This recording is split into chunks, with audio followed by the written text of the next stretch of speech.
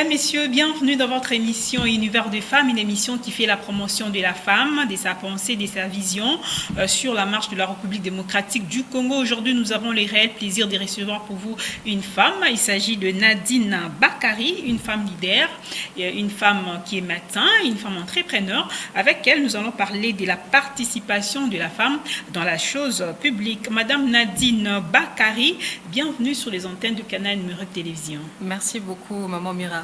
Oui, je viens de vous présenter, mais en quelques lignes, qui êtes-vous exactement? Très bien. Alors, je suis une citoyenne congolaise, premièrement. Je suis une jeune femme, pas encore maman. Je suis docteur en médecine humaine. J'ai aussi un bachelor d'écrit en gestion des conflits et stratégies. Je suis un peu entrepreneur débrouillard, un peu multisectoriel aussi. Et voilà, je suis un agent du gouvernement. Donc, vous avez plusieurs casquettes, mais là, Exactement. nous prenons votre casquette de médecine. Oui. Vous avez dit la médecine humaine. Oui. Qu'est-ce qui vous a motivé à faire la médecine humaine? Alors, c'est une histoire qui est assez amusante. Depuis mon plus jeune âge, j'ai été passionnée par un personnage politique qui était médecin et qui s'appelait Bernard Kouchner. Docteur Bernard Kouchner, qui a été ministre des Affaires étrangères en France et ministre de la Santé exactement, et qui est le fondateur de Médecins sans frontières. Donc c'est un personnage qui m'a toujours beaucoup plu, sans comprendre vraiment pourquoi. Et je pense que c'était son côté un petit peu transduit, la façon dont il était en charge de plusieurs choses à la fois, un coup l'humanitaire, un coup le côté médical, un coup le côté politique. Pour moi, c'était vraiment une étoile. Et j'étais fort touchée par ce monsieur. Et aussi, j'étais très très intéressée par la science. Et je pensais que quelqu'un de très très intelligent, c'est quelqu'un qui avait beaucoup de diplômes et qui avait de longs diplômes. Alors quand je lui demandais à mes parents quelle était la qualification qui était la plus longue, on me dira que c'est le doctorat. Et donc voilà, ça m'a motivée doublement en me disant voilà, je vais faire les études les plus longues sans savoir qu'après le doctorat en médecine, on peut encore prolonger et faire plus long. Mais bon, les motivations initiales, quand j'étais petite, en tout cas, étaient celles-là. Et après plusieurs années, vous pensez que vous êtes devenue comme lui? Alors, ce qui est sûr est que je suis débrouillarde multicasquette, mais je ne suis pas Bernard Kouchner, non. Pas encore. Vous êtes femme entrepreneur, je l'ai dit. Oui. Comment vous arrivez à concilier toutes ces tâches? Ouais. Alors, médecine, entrepreneur, dans le gouvernement et tout, c'est pas facile, hein? Oui. Alors, ce qui est vrai est que je fais toutes ces choses-là presque à plein temps. La conciliation est on va dire, est l'apanage de l'organisation. Ça a l'air de rien comme ça, mais vraiment, quand vous êtes organisé, vous avez l'occasion de pouvoir faire beaucoup de choses dans une journée ou dans une semaine. Et autre chose, c'est la passion. Quand vous êtes passionné de ce que vous faites ou quand vous êtes convaincu du côté essentiel de votre participation dans cette chose-là, vous la faites. Et vous essayez de la faire un tout petit peu bien quand même. Et encore une fois, c'est le fait d'être assisté. J'ai des assistants qui sont superbes, d'ailleurs que je salue. En dehors d'avoir des assistants qui sont vraiment, vraiment bien, on a des collaborateurs au cabinet qui sont sur lesquels on peut vraiment se reposer, qui sont de bons techniciens. On a des associés aussi dans les différentes activités d'entrepreneuriat. Donc on n'est jamais vraiment seul et on arrive à chaque fois à s'organiser pour pouvoir être partout quand il le faut. Le gouvernement de la République démocratique du Congo a à son sein 27% de femmes. Oui. Madame Nadine Bakary, vous aussi vous exercez dans le gouvernement d'une façon ou d'une autre. Quelle lecture faites-vous de ces femmes qui sont dans les gouvernements? Alors, si vous pouvez me le permettre, la lecture de ces femmes proprement dit, pour moi, c'est presque un jugement de valeur. Oui. Donc, je ne sais pas faire un jugement de valeur sur des femmes politiques, surtout qui sont nos excellences aujourd'hui. Non, ma question était celle de savoir, est-ce que ces femmes, depuis qu'elles sont là, elles exercent bien? vous avez aussi un œil critique. Hein? Oui, bien sûr. Oui. Bien sûr, bien sûr. C'est pour ça que je reviens à vous dire que c'est un jugement de valeur et peut-être que je ne préfère peut-être pas mettre le doigt sur le fait qu'elle soit femme au gouvernement, bonne technicienne du gouvernement ou pas. J'aurais peut-être préféré qu'on les prenne comme ministre tout simplement, femme ou homme. Ministre seulement. À compétence égale. Oui. Alors pour l'instant, de façon générale, les ministres du gouvernement sont de qualité assez favorable. Je pense qu'il y a beaucoup d'initiatives qui ont été prises. Il y a beaucoup d'espoir. Mais il y a aussi beaucoup de promesses et d'idéal qui ne pourra certainement pas être atteint d'ici peut-être la fin de leur mandat. Mais en tout cas, c'est encourageant. De façon générale, on sent qu'il y a quand même un mouvement favorable et c'est à encourager. Par contre, je tiens un petit peu à revenir sur les 27%, bien que ce ne soit pas la question que vous m'avez posée, mais je vais vous demander de réfléchir avec moi. On parle de 27% de femmes au niveau du gouvernement, n'est-ce pas? Ces 27% qu'on tendrait à applaudir voudraient aussi applaudir le fait que nous soyons à 73% d'hommes, à compétence égale. C'est plus que la Constitution a prévu 30% de la Constitution a prévu 30%. Mais il y a quand même 27%, il y a des avancées significatives. On loue cette initiative du chef de l'État. Voilà. Alors, en effet, ça on ne refuse pas. Donc déjà, 27%, c'est vrai que ce que la Constitution prévoit, arriver à 30% n'est pas le cas. C'est vrai que de, je crois, 19% à 27%, il y a une grande avancée.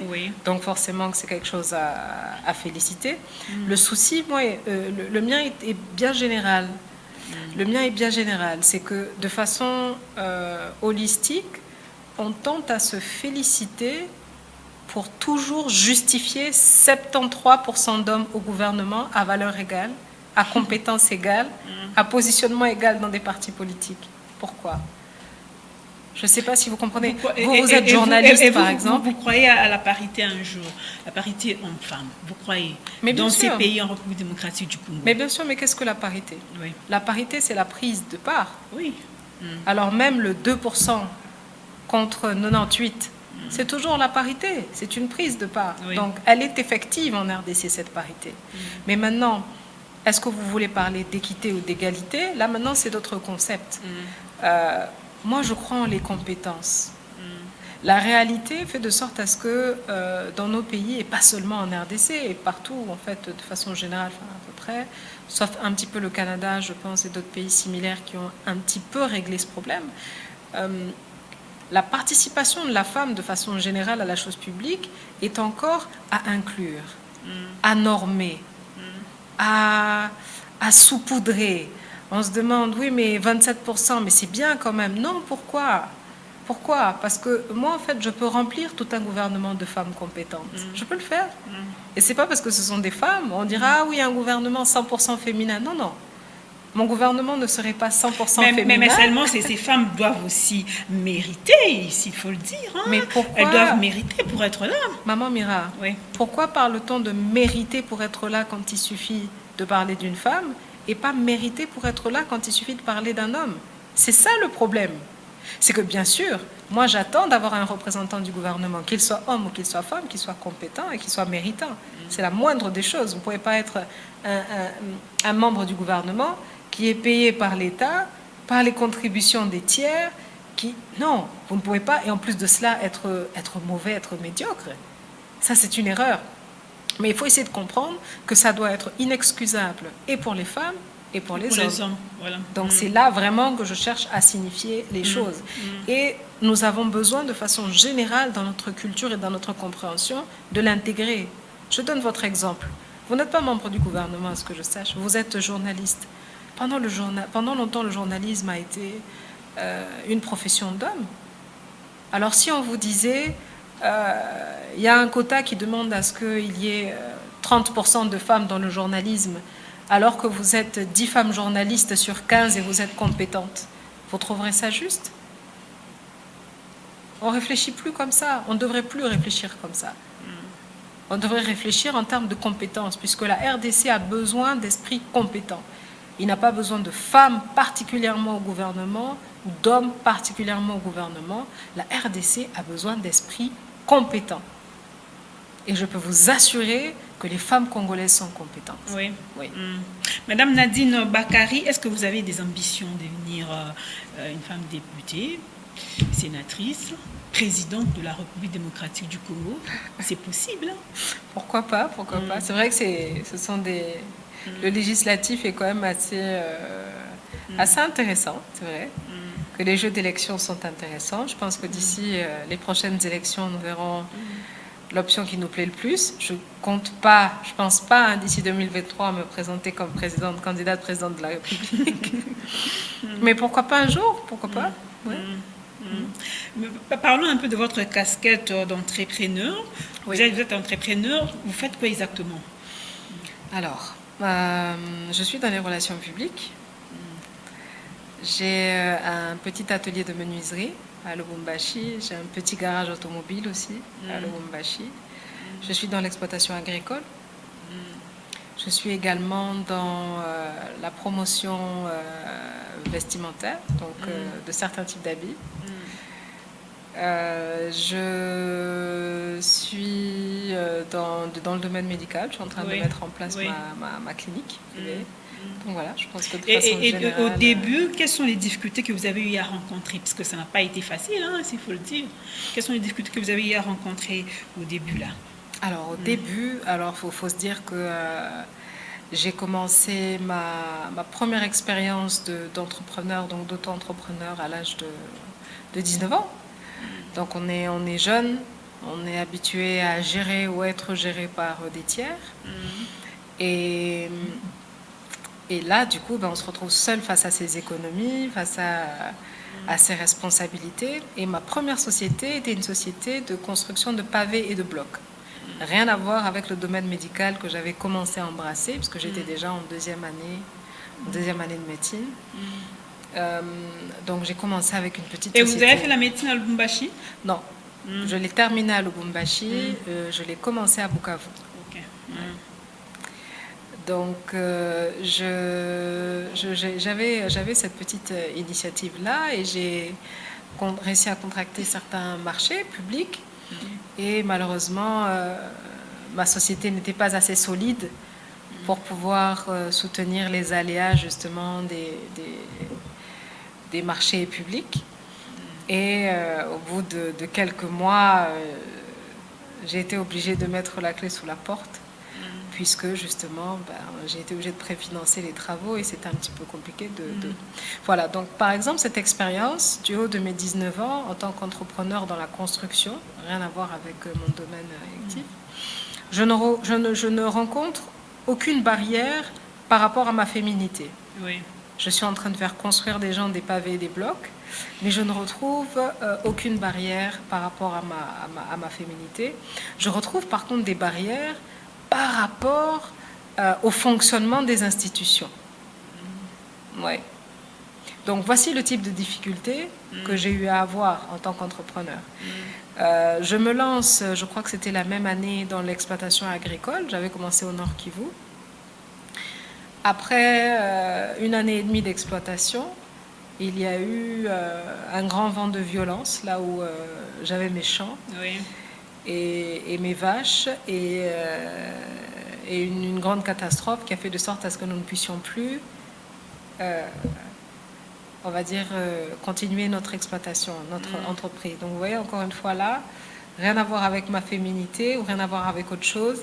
C'est un contexte géographique et sécuritaire absolument particulier qui a fait de sorte à ce que cette initiative aussi ne fonctionne pas. Alors pas de chance, parce que là vous êtes étudiante et puis vous perdez votre argent à chaque fois, donc c'est vrai que c'est un peu difficile de se donner le courage de repartir. Et puis je reste sans entreprendre et puis je décide finalement d'entrer dans la sous-traitance minière. La sous-traitance minière, je pense que les marchés ont été favorables. Mais je n'ai pas eu le temps de vraiment agrandir la structure, parce que j'étais toujours entre deux pays de fonction.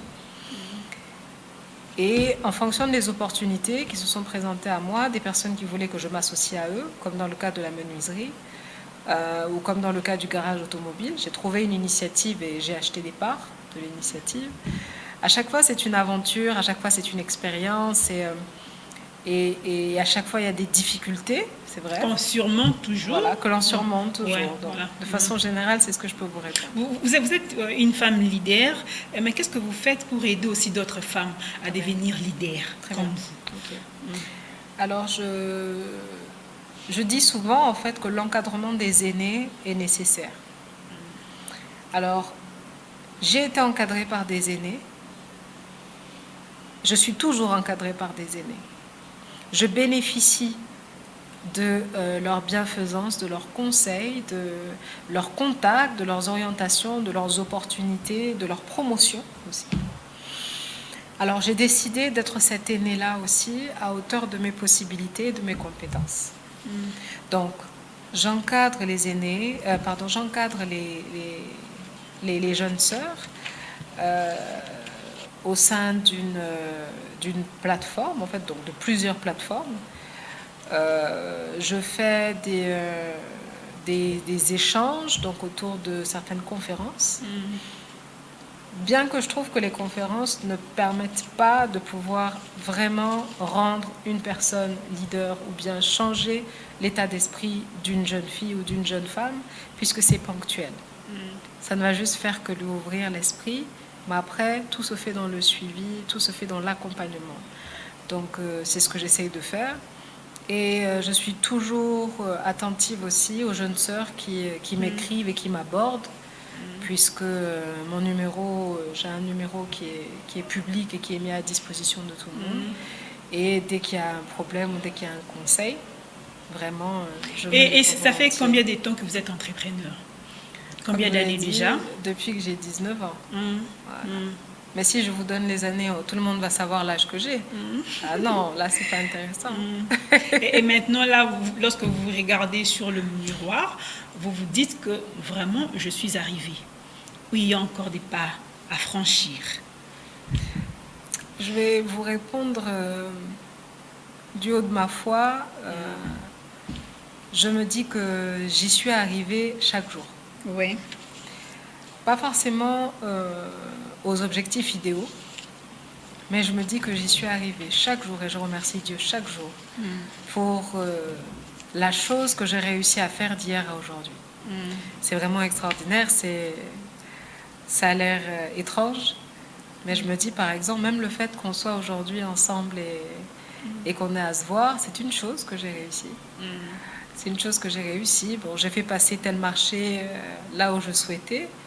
Je pense avoir réussi ce jour-là pleinement par rapport à cette chose-là. Et le reste, on verra demain. Vous êtes une femme entrepreneur, j'y reviens encore. Vous payez des taxes aussi. Oui. Vous avez vu cette histoire qui est dans la population a été soulevée pour dire non à la taxe RAM. Oui. Vous, comment vous avez accueilli ça? Alors, c'est vrai que, RAM ne concerne pas que les entrepreneurs, donc je vais m'exprimer là en citoyen congolais. Oui. Je vais vous raconter une histoire, tout simplement. J'ai un numéro RTL, mon numéro public, que je n'ai pas rechargé, en fait, depuis fort longtemps par les unités. Je recharge par RTL Money. Sans pub aucune, pour aucune compagnie de communication, puisque j'ai toutes les compagnies de communication dans mes téléphones.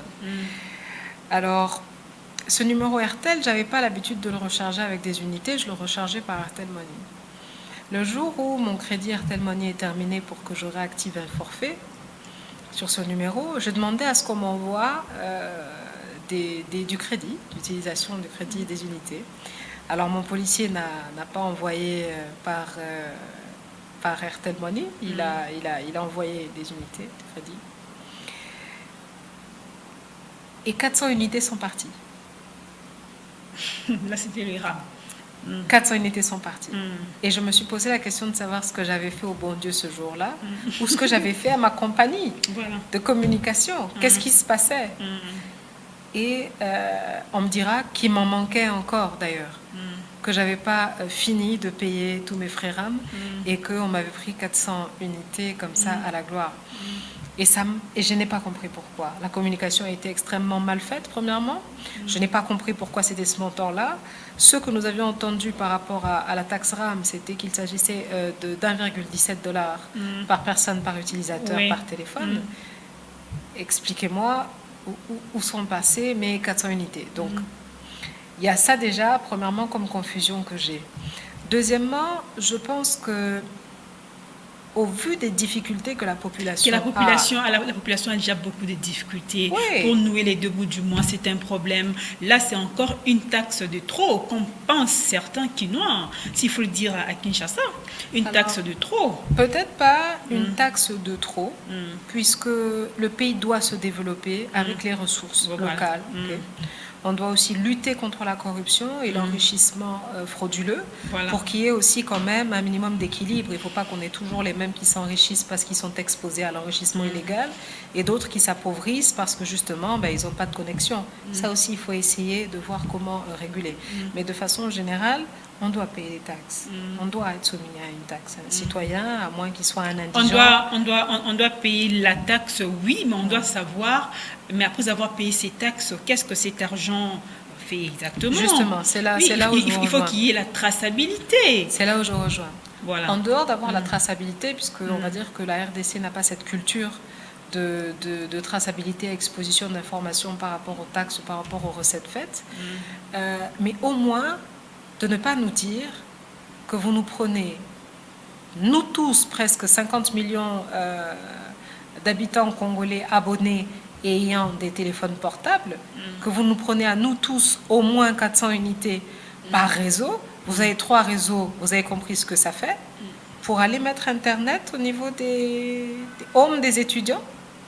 Non, je suis désolée. La justification, je ne la comprends pas. Si vous m'expliquez que c'est ce qui est fait dans le cadre de la couverture santé universelle, peut-être, vraiment, excusez-moi, de mettre en avant la santé par rapport à l'Internet dans le cadre de l'éducation et de l'instruction, je pense que c'est plus important. Donc le problème pour moi, c'est pas de payer une taxe de trop. C'est aussi dans les cadres de l'éducation, puisque dans l'université, là, il y a le Wi-Fi gratuit. C'est ce que je dis, mais vous n'allez pas prendre à 50 millions de Congolais 400 unités par réseau, ok, pour mettre le Wi-Fi dans les réseaux, dans les homes ou à l'université, vous comprenez. Donc moi, mon problème, ce n'est pas payer la taxe RAM. Mon problème, c'est le montant par rapport au pouvoir d'achat de la population générale, parce qu'il y a des personnes qui vivent avec beaucoup moins d'$1 par mois, d'autres qui ne sont même pas... La plupart, qui ne sont même pas exposés au réseau de communication, enfin, vraiment des personnes qui vivent dans l'arrière-pays, ou même ici, même à Kinshasa, qui ne savent pas communiquer, et que vous allez penser à mettre Internet au niveau des universités. Je pense qu'il y a 2 poids, 2 mesures. Si ces fonds avaient été utilisés pour la couverture santé universelle, peut-être que j'aurais appuyé la taxe RAM. Je me dirais que quelque part, ça permet de faire de sorte à ce que les Congolais puissent avoir une charge de morbidité un petit peu diminuée quand même. Ça, c'est important. Parce que vous prolongez la durée de vie des Congolais en investissant dans la couverture santé universelle, en investissant dans les soins de santé, dans la couverture des soins de santé de la population congolaise, dans l'amélioration de la qualité des soins.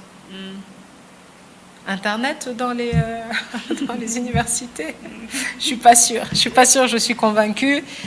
À l'UNIKIN, c'est déjà bon. Non, je suis pas sûre que je sois convaincue de l'utilité de ça par rapport au poids et à la mesure, et je ne suis pas sûre d'encourager. Vous êtes également dans la couverture de la santé. Oui. Qu'est-ce que vous faites pour lutter contre la morbidité infantile? Par rapport à la mortalité infantile. Alors, de façon générale, on essaie de réfléchir à des stratégies pour pouvoir aider les ministères sectoriels à prendre des mesures qui luttent contre la charge de la morbidité. Qu'est-ce que c'est ou qu'est-ce qu'on fait?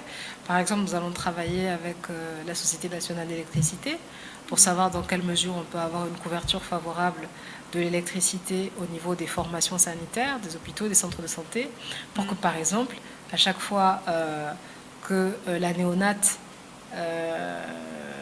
ou bien que la pédiatrie d'un hôpital, d'un centre de santé soit en marche, qu'il n'y ait pas de problème de courant.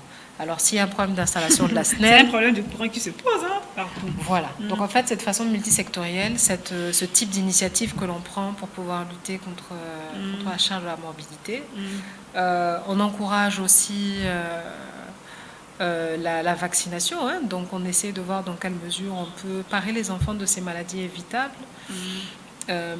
En donnant aussi des stratégies de communication aux vaccinateurs, en utilisant certaines autres stratégies. Et il y a une avancée significative. Oui. Les choses vont bien. C'est favorable, vraiment. Vraiment beaucoup d'espoir. Oui. Madame Nadine Bakari, nous parlons de la participation de la femme dans la chose publique. Vous êtes une femme congolaise, vous exercez aussi dans le gouvernement. Mais que faire pour lutter contre la corruption, madame? Votre analyse, hein? La corruption bat le plein dans toutes les structures, dans tous les secteurs. Le chef de l'État même l'a dit. En tout cas, il y a la corruption partout. La corruption est presque devenue culturelle en RDC. C'est ça le mal. La corruption est presque devenue culturelle en RDC. Et parfois, il ne s'agit même pas de salaire. Puisque parfois et souvent, les corrompus sont ceux qui, différemment des 70% des concitoyens, de leurs concitoyens, ont un emploi. Vous voyez, parce que la corruption s'applique favorablement sur une personne qui est déjà employée. C'est ça, non? Alors, cette personne est employée, cette personne reçoit un salaire, mais elle est corrompue. Que dire maintenant des 70% de la population qui est au chômage ou qui est dans l'économie informelle, très informelle? Vous comprenez? Donc, je ne peux même pas parler comme solution d'améliorer les salaires des tiers, etc., de toutes ces personnes-là qui sont exposées à la corruption, mais plutôt d'essayer de travailler de façon générale sur l'amélioration des conditions de vie du Congolais. Il faut que le Congolais soit moins exposé à des stress, moins exposé à des situations, on va dire, difficiles ou uniquement réglables avec des frais d'urgence, comme les frais de santé, les accidents de véhicules, etc. C'est vrai que c'est difficile. Il faut vraiment qu'on puisse améliorer le quotidien du Congolais. Par un salaire décent aussi, là aussi c'est un élément qu'il faut vraiment évoquer. Vous savez que les salaires les plus décents sont aussi les plus exposés à la corruption. C'est pour ça que je dis... Donc les Congolais doivent avoir un salaire moyen. Les Congolais ne doivent même pas avoir un changement forcément par rapport au salaire, en dehors des enseignants qui ne sont presque pas corrompus, les pauvres, mais qui ont des salaires vraiment à revoir. Qui revendiquent à tout moment. À revoir. Toute notre police, notre armée, vous comprenez, qui ont des salaires sincèrement Madame Nadine Bakari, vous êtes une femme instruite. Là, en tout cas, vous devez le dire franchement. Lorsque vous voyez la situation des enseignants, qu'est-ce que ça vous fait? Ça me fait très mal. Ça me fait très mal puisque je me considère quelque part comme fille d'enseignant.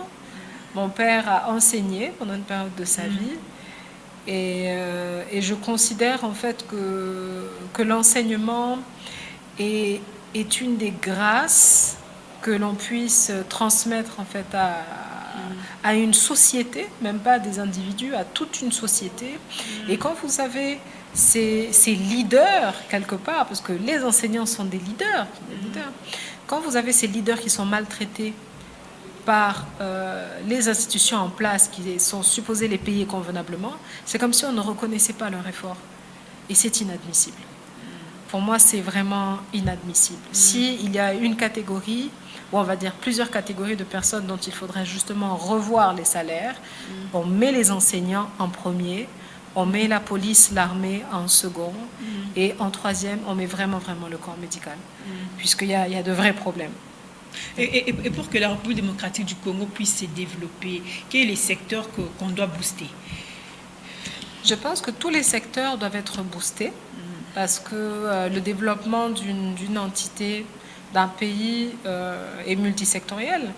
Il faut, par exemple, qu'au niveau social et au niveau sociétal, que la population congolaise s'imprime de son identité. Au jour d'aujourd'hui, de façon générale, je dis bien de façon générale, pas au cas par cas, le Congolais est un petit peu apatride dans son propre pays. Peut-être qu'il ne connaît pas la culture ancestrale de son entité.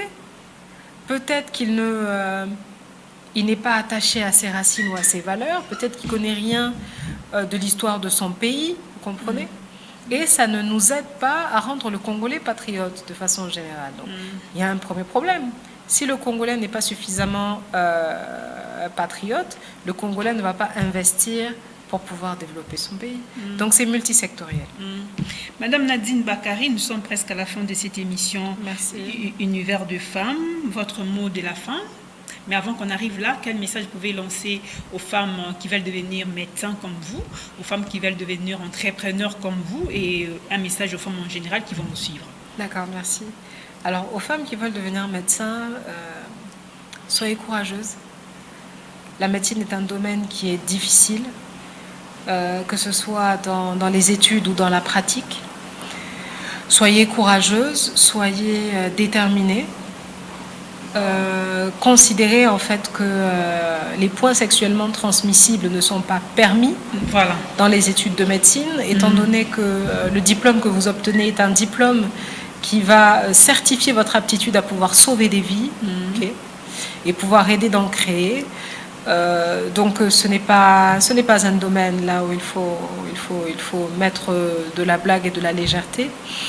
Et plus il y a de femmes médecins en RDC, plus vous améliorez aussi l'accès aux soins de santé à toutes ces femmes qui n'arrivent pas par des raisons religieuses ou autres à se faire prendre en charge par des hommes.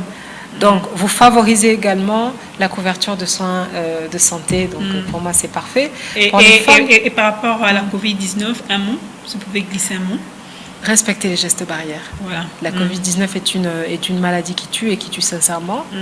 Respectez les gestes barrières, portez vos masques et vraiment respectez les gestes barrières avec la distanciation.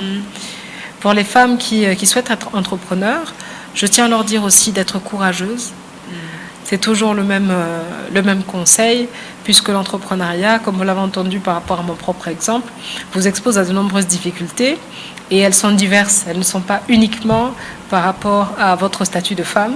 Et il faudra utiliser justement votre super aptitude, parce que pour moi les femmes sont super aptes. Il faudra utiliser votre super aptitude de femme pour pouvoir déjouer, détourner les différentes difficultés et toujours retomber sur vos pattes. Le mot de la fin, c'est que je demande à toutes mes sœurs congolaises et à toutes mes sœurs qui me voient partout où cette émission sera diffusée, de s'instruire. De s'instruire. Apprenez tout, n'importe quoi.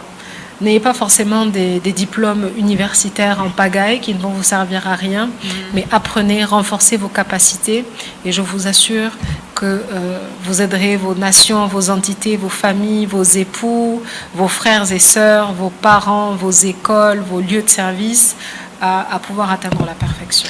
Voilà, mesdames, messieurs, c'est la fin de cette émission Univers des femmes. On a parlé de la participation de la femme dans la chose publique. Et Madame Nadine Bakari, qui est une femme leader, était l'invitée de cette émission Univers des femmes. Et moi, je demande aux femmes de rester actives pour participer pour la bonne marche de la République démocratique du Congo dans tous les secteurs de la vie nationale. C'est la fin de cette émission Univers des femmes. Mesdames, messieurs, merci à vous de l'avoir suivi. On s'y retrouve très prochainement avec le même plaisir. Merci.